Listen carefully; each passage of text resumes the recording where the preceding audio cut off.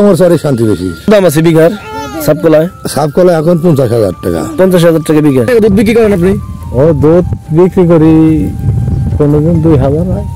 গাই আছে 12টা গাই বিলে 24টা হয়ে যায়। তাই প্রতি বছর বাড়তেছে। হ্যাঁ সমস্যা হয় নাই এখন। হ্যাঁ হয় নাই না কাকা, এই যে এতগুলো যে গরু পালেন, চোর ডাকাতের সমস্যা না? না না এমনি ঠিক আছে। আচ্ছা আচ্ছা, এটা দেশি জাত নাকি বিদেশি জাত? ক্রস না? আসসালামু আলাইকুম। বড় মতো নতুন আরেকটি ভিডিওতে নিয়ে আসলাম। সম্পূর্ণ ভিডিওটি দেখবেন, আশা করি এই চর সম্বন্ধে বিস্তারিত জানতে পারবেন। এই চরটি স্বল্প আয়ের মানুষ সস্তায় জমি নিয়ে বাড়ি ও গরুর খামার করতে পারবেন এবং এখানকার জমি সনকালীন বা সাপকলাও কিনতে পারবেন। তো বন্ধুরা, ভিডিওটি দেখতে থাকুন, আমার এই চ্যানেলের সঙ্গেই থাকুন। এই চরটি হচ্ছে মানিকগঞ্জ জেলা হরিরামপুর থানার হারোকান্দির চর। কাকা, এই যে এতগুলো যে গরু পালেন, চোর ডাকাতের সমস্যা না? এমনি ঠিক আছে। তাহলে ওইটা, ওই যে গরু করতেছে ওইটা কে? আমার ভাই কি ভাগ্নে? অনেকদিন ওদের কাকা। ওদের উপর হচ্ছে আর আপনার এই চরটার নাম কি? এভাবে পেলাম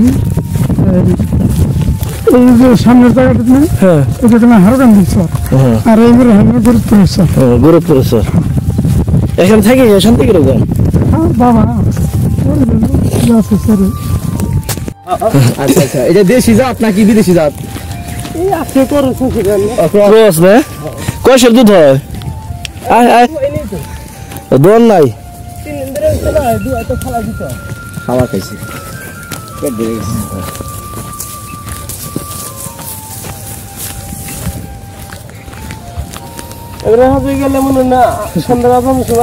আপনার জায়গা শোনা যায়, দেশি খাবার গুলি ভালো ছিল। চরের কৃষকরা গরু ছেড়ে দিয়ে খাওয়াচ্ছেন এবং পাশাপাশি নদী থেকে পানি খাওয়িয়ে তারা তাদের ঘরে ফিরবে। তো দেখছেন, প্রায় এখানে গরু আছে 1 থেকে 1.5-এর মতো। এখানে 3টা মালিকের গরু, একজন হয় মামু, একজন হয় ভাগ্নে, একজন হয় হলো ভাতিজা। ঠিক আছে আছে। হ্যাঁ আছে। ওইখানে নতুন বাড়ি করছে নিজ জমিতে। হ্যাঁ হ্যাঁ ওইখানে তুমি রিস্ক নাই?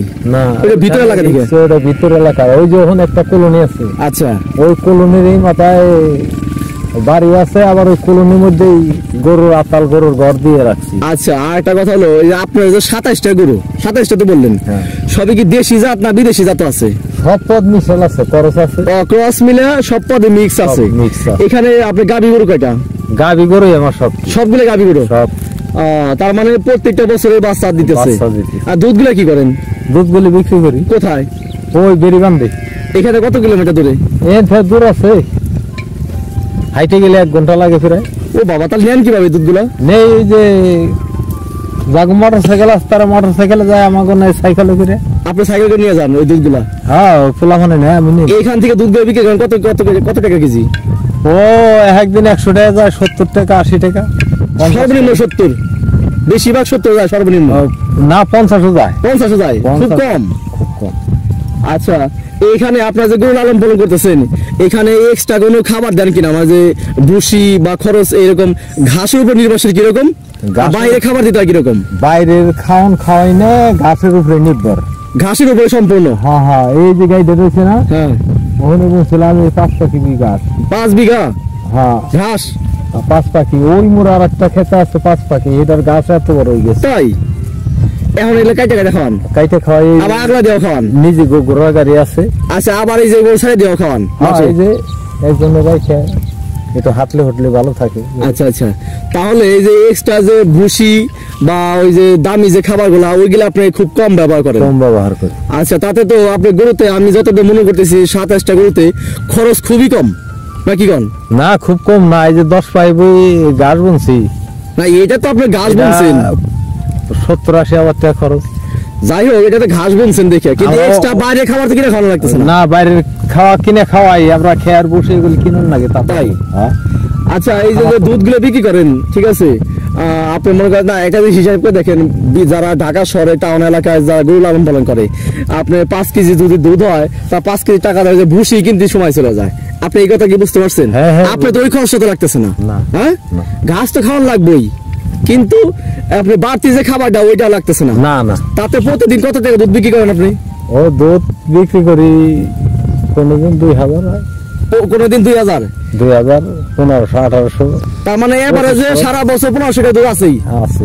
আপনি 1500 টাকা দুধ এভারেজে সারা বছর বিক্রি করেন? সারা বছর প্রতিদিনই তো এভারেজ আমি এইটাতে বললাম, সারা বছর বিক্রি করে প্রতিদিন 1500 টাকা করে। ঠিক আছে, তাহলে আনুমানিক মাসে 40 থেকে 50 টাকা আপনার খালি গরুতে দুধে লাভ আছে। হ্যাঁ, 40 থেকে 50 টাকা। তাছাড়া তো গরু তো বিক্রি করতেছেন বা আল্লাহ বাচ্চা দিতেছে, তাই না? হ্যাঁ। আচ্ছা, কয়জনে মিলে এই 27টা করে দেখাশোনা করেন? 2 জনে। 2 জন মানে কি ঘরে বাইরে না আর কেউ না, আছে? ছেলে আছে, বড় ছেলে বাচ্চা আছে। ও, ছেলে আর আপনি মিলে, বড় ছেলে আর আপনি মিলে। আচ্ছা, তাহলে এই যে 27টা গরু লালন পালন করতেছেন, এমনি কোন সমস্যা, রোগ ব্যাধি এইগুলা কি করেন? রোগ ব্যাধি এগুলি ডাক্তার আছে, ফোন দিলে আসে? হ্যাঁ হ্যাঁ, হ্যাঁ, ফোন দিলে আসে। বা চিকিৎসা ঘরে মধ্যে পাইতেছেন? হ্যাঁ, চিকিৎসা বাড়তি হইতেছে। আচ্ছা আচ্ছা, তাহলে তো কোনো রিস্ক নাই, এদিকে কোনো রিস্ক নাই। না, ওদিকে সোরে রিস্কটা ওইটা তো কাটা নিছে, রিক্স হলো, ওইটা দূরে নিয়ে রাখেন, ওই রিস্কটা এখন পাইতেছেন না। না, তাহলে মোটামুটি সব দিক গরু লালন পালন আপনি শান্তি আছেন? শান্তি হ্যাঁ, আছে, আল্লাহ ভালো রাখছে। যাক। প্রতি বছর কয়টা করে গরু আনুমানিক বিক্রি হয় আপনার বাড়ি থেকে? আনুমানিক বিক্রি কি, আমি তো গাই পালি যে বছর কয়েকটা বেশি। এই বছর কয়টা কোরবানির জন্য? কোরবানির জন্য গরু নাই এবার নাই না।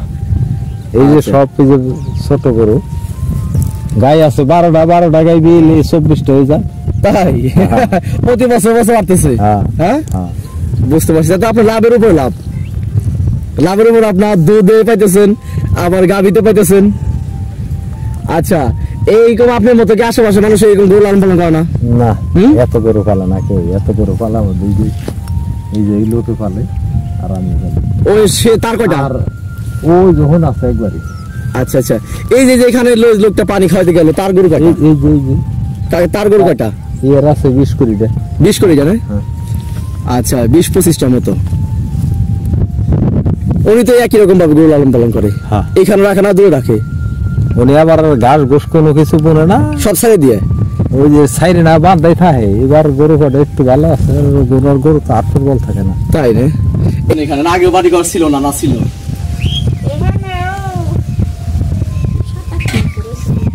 বাড়ি করছেন? তার আগে কোথায় ছিল? নদীতে বাইঙ্গে নিছে। ওইতে আরো ভিতর ছিল? হ্যাঁ। আচ্ছা, এই যে আপনার বাড়ি আশেপাশে তো কোনো বাড়ি ঘর আমি দেখতেছি না, খুব কম ছিল আর কি, নাই এখন? এই যে এবারে মানুষ আসলো, এবারে মানুষ আসলো, এমরা আসল, যাই হোক ছিল, এখন তো আর নাই। না। কিন্তু এই মুহূর্তে যে আপনি এখানে একা একা বাড়ি ঘর করে আছেন, তাতে সমস্যা হয় না? চলাচল ক্ষেত্রে, চোর ডাকাতের ক্ষেত্রে এমনি সমস্যা হয় না? সমস্যা হয় নাই এখন তো। হ্যাঁ, হয় নাই না?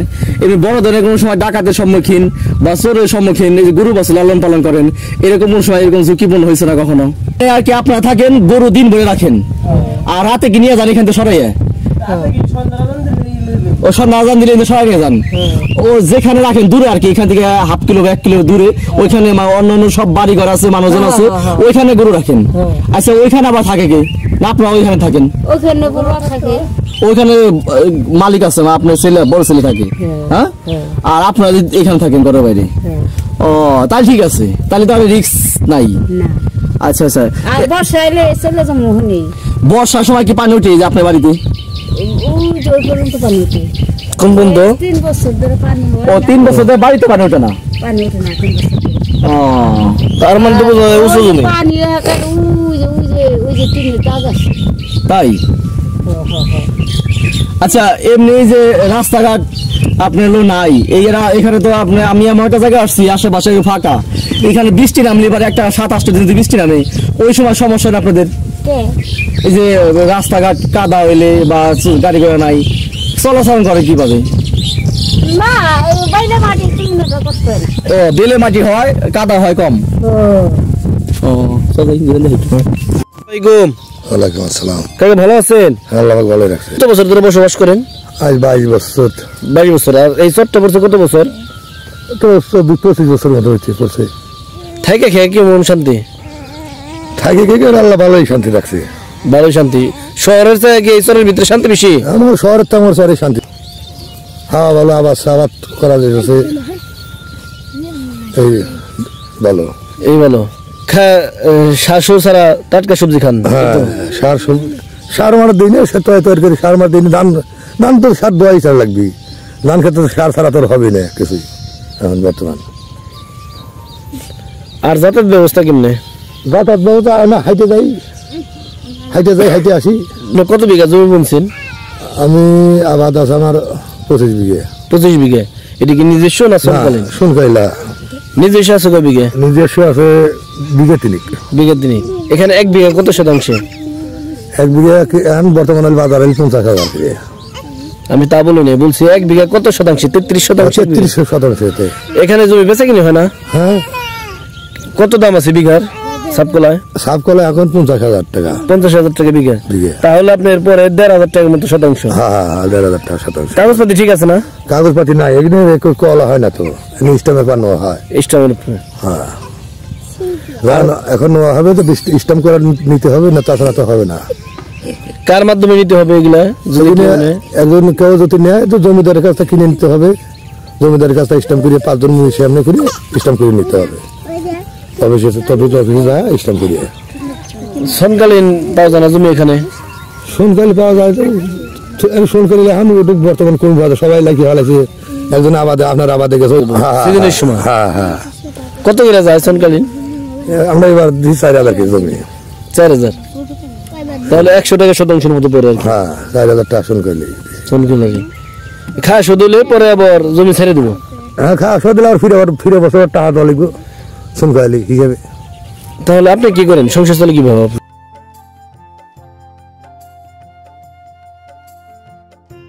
গরম না?